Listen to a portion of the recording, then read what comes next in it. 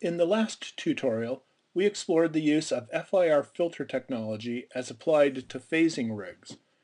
In this tutorial, we are going to return to the concept of correlation and extend its use to analytic signals. In tutorial 3, we learned about correlation and how it could be used to compare two signals. The examples we used were real signals. We are now going to rewrite the various modules using analytic signals.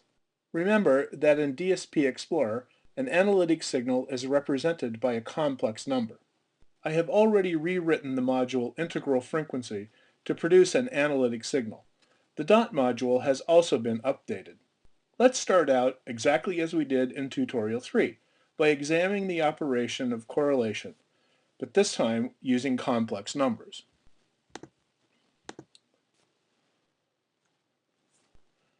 Note that I have displayed all traces as complex, complex, complex, and complex. Just as with tutorial 3, we see that changing the phase of one of the inputs causes the output of the dot module to change.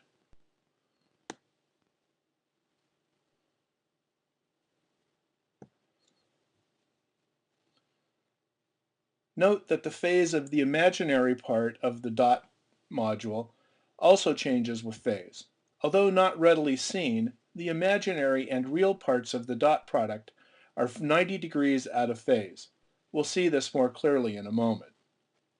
Also, just as with tutorial 3, we see that changing the frequency of one of the inputs makes the output of the dot module become 0.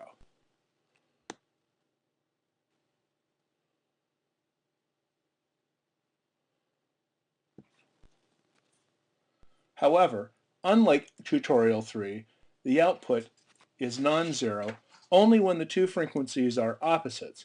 For example, one is +3 and the other is -3. The reason for this is buried in the definition of complex number multiplication.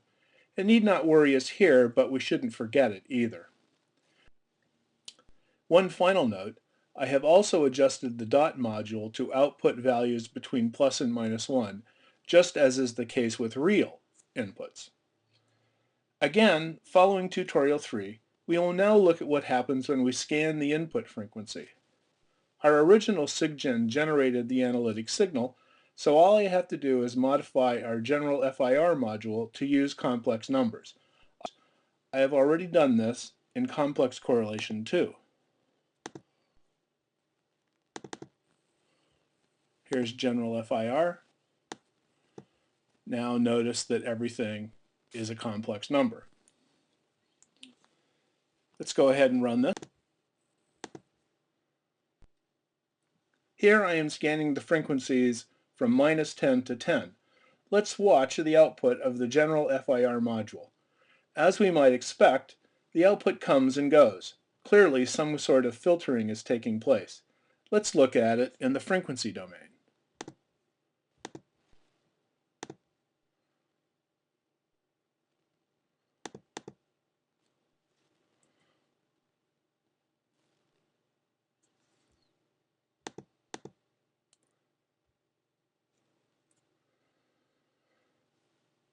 Here is our first major deviation from what we saw in tutorial 3. When we use analytic signals, we find that there is only one peak in the output rather than two. This is an excellent demonstration that a real signal has both positive and negative frequency components, while an analytic signal has only one or the other. Now let's take a quick look at wider filters. I have modified the wideref module to produce an analytic FIR kernel.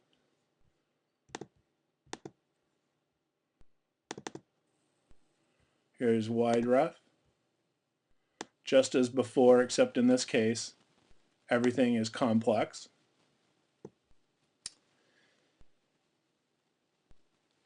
And we'll go ahead and run this. This should look very familiar. It is, in fact, a phasing receiver implemented using analytic signals rather than real signals. Here, we're passing the upper sideband. And when this moves over, we'll see that we don't pass the lower sideband.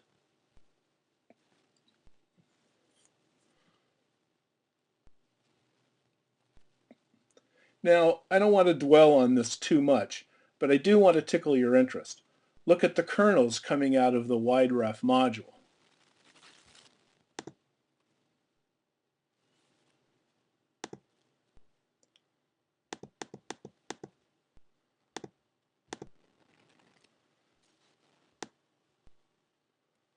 The two parts of the kernel, the real part and the imaginary part, are the impulse responses of our two matched FIR modules in tutorial 5.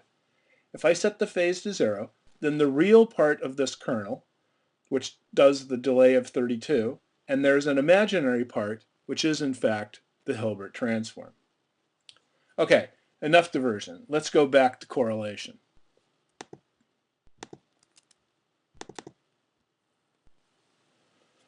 Let's look at the output of the dot module again, but this time pay particular attention to the magnitude and phase of dot O.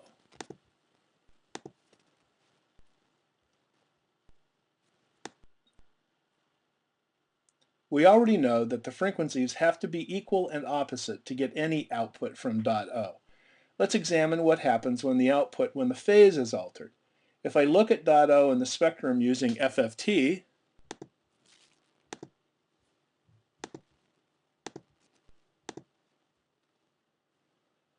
we see a single frequency and that the real and imaginary part magnitudes change with phase. So here's the phase.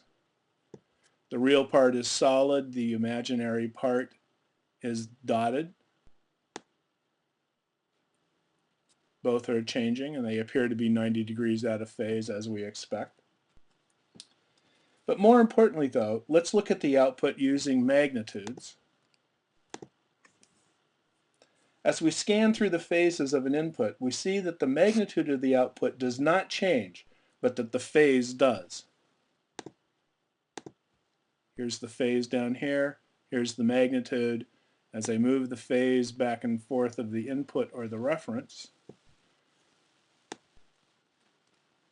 this magnitude does not change, this phase does.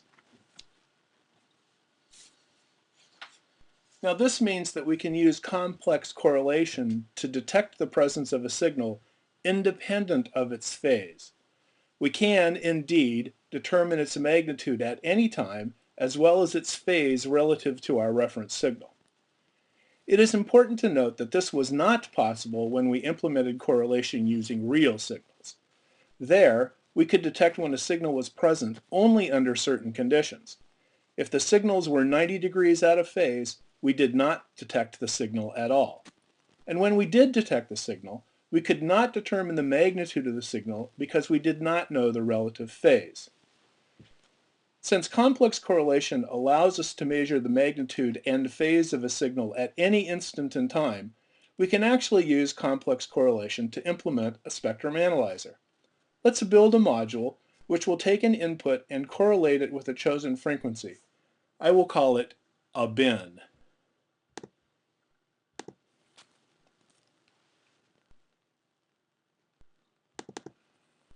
Here I have my signal generator. I'm going to put in a shift register to hold the values. And here's a bin, and this should look familiar. It builds a reference array inside called H, and its output is the dot product just like before. And if we run this,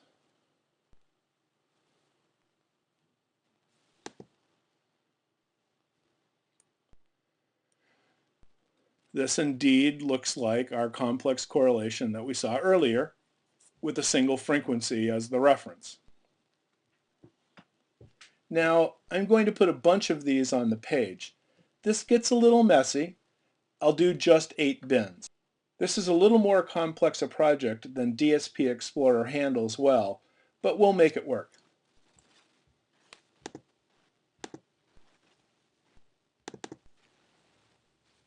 Here's my 8 bins. Let's run it.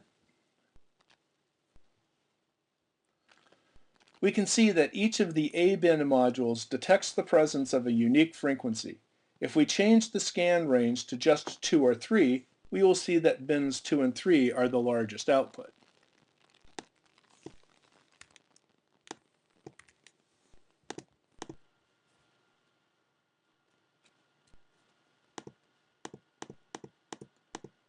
Here's one of them, A bin 3, which is 3. Here's the other one, A bin 1, which is 2. Sorry for the mix-up on the numbers. Of course, we would like to get rid of all these pesky side lobes.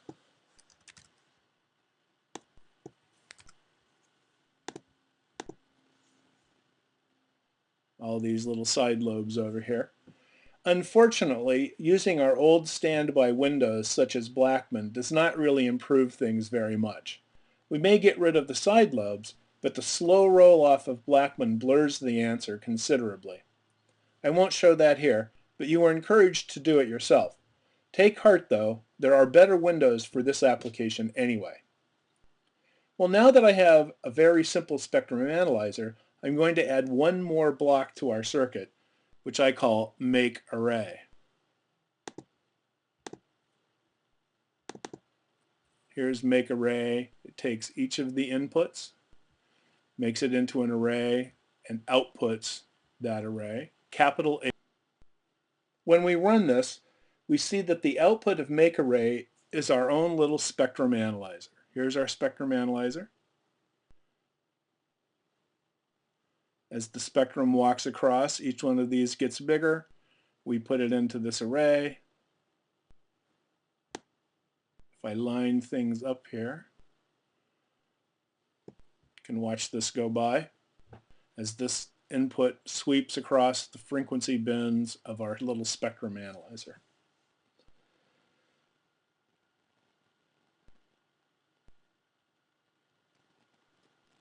By the way, our spectrum analyzer has another name.